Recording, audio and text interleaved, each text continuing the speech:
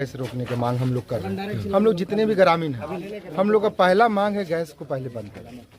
और जहाँ तक विस्थापन का बात, बार बार विस्थापन, एक बात बताइए, इतनी बड़ी आबादी को आप विस्थापित करके वहाँ क्या दे दें? बीसीसीएल के नज़र में एलटीएच और नॉन एलटीएच एक लीगल होल्डर है जो वैध तरीके से रह रहा है, मतलब जो रैयत है, और जो गैर रैयत है जिनकी अपनी जमीनें नहीं है वो जो है बीसीसीएल की जमीन पर बसे हुए हैं। तो दोनों की आबादी में कितने आबादी यहाँ बसी हुई है? देखिए, अगर देखा जाए तो उन लोग की आबादी 10% से भी कम है। यहाँ पर हम लोग कम से कम 40,000 की आबादी यहाँ पर रहते हैं। डेंजर वाला इलाका आपका राजपूत बस्ती और आपका नया दौड़ा को बोला जा रहा है बीसीसीएल के द्वारा। बीसीसीएल के द्वारा बोला जाता है कि आप लोग यहाँ से चले जाइए, ये क्षेत्र असुरक्षित है। हम एक लाइन पूछना चाहते हैं, हम लोग तो चले जाएंगे, क्या यहाँ कोयला निकालना वो छोड़ देगा क्या?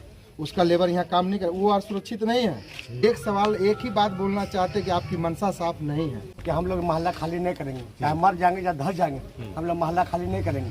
हम लोग के कोई विस्थापना करेगा वही हम लोग, मतलब जो भी हम लोग को देगा तो हम लोग खाली कर सकते हैं, ना तो ऐसे नहीं खाली करेंगे। तो मुआवजा के तौर पे क्या चाहते हैं आप? अब हम लोग जमीन दे दीजिए और अथी मतलब विस्थापना दे दीजिए। दुलू महतो आया, अभी ये आया, सब आया तो बोला कि ऐसे होगा उससे होगा, तो हम लोग उसने बात नहीं माने। पैकेज क्या है? लीगल टाइटल होल्डर और गैर लीगल टाइटल होल्डर। गैर वो बीसीसीएल तय नहीं कर सकती है, क्योंकि जो लीगल टाइटल होल्डर है अगर उससे हम परचेज किए हैं तो हम भी लीगल टाइटल होल्डर हुए। चूँकि रसीद कटना बंद हुआ है तो सरकार के पास दोनों के लिए अलग अलग नीति है, लेकिन वो धरातल पर कहाँ है। तो यहाँ पे मुआवजा के तौर पे आप लोग को क्या मुआवजा के तौर पे बैलगाड़िया दे रहा है। आप बैलगाड़िया को घर नहीं बोल सकते, दो रूम का क्वार्टर भी नहीं। वहाँ सिर्फ बकरी बांध सकते हैं कि बैलगाड़िया जो प्रोजेक्ट है ना, एक लाइन पे बोला जाए तो बैलगाड़िया प्रोजेक्ट ये लोग का नाकामी छुपाने का एक बहुत बड़ा जरिया है। कि कोई इस जगह से जाना नहीं चाहता। जैसा कि मुख्य सचिव ने भी जब धनबाद के केंदुआडीह दौरे पर आए थे, राजपूत बस्ती का दौरे पर आए थे, तो मुख्य सचिव ने भी माना कि इस क्षेत्र में से कोई भी व्यक्ति इस जगह को खाली करके जाना नहीं चाहता है। उन्होंने खुद स्वीकार किया। न्यूटन के नियम से समझाते हुए भी ये कहा कि कोई भी चीज यथावत बने रहना चाहता है जब तक कि बाहरी बल उस पर कोई प्रभाव नहीं डाले।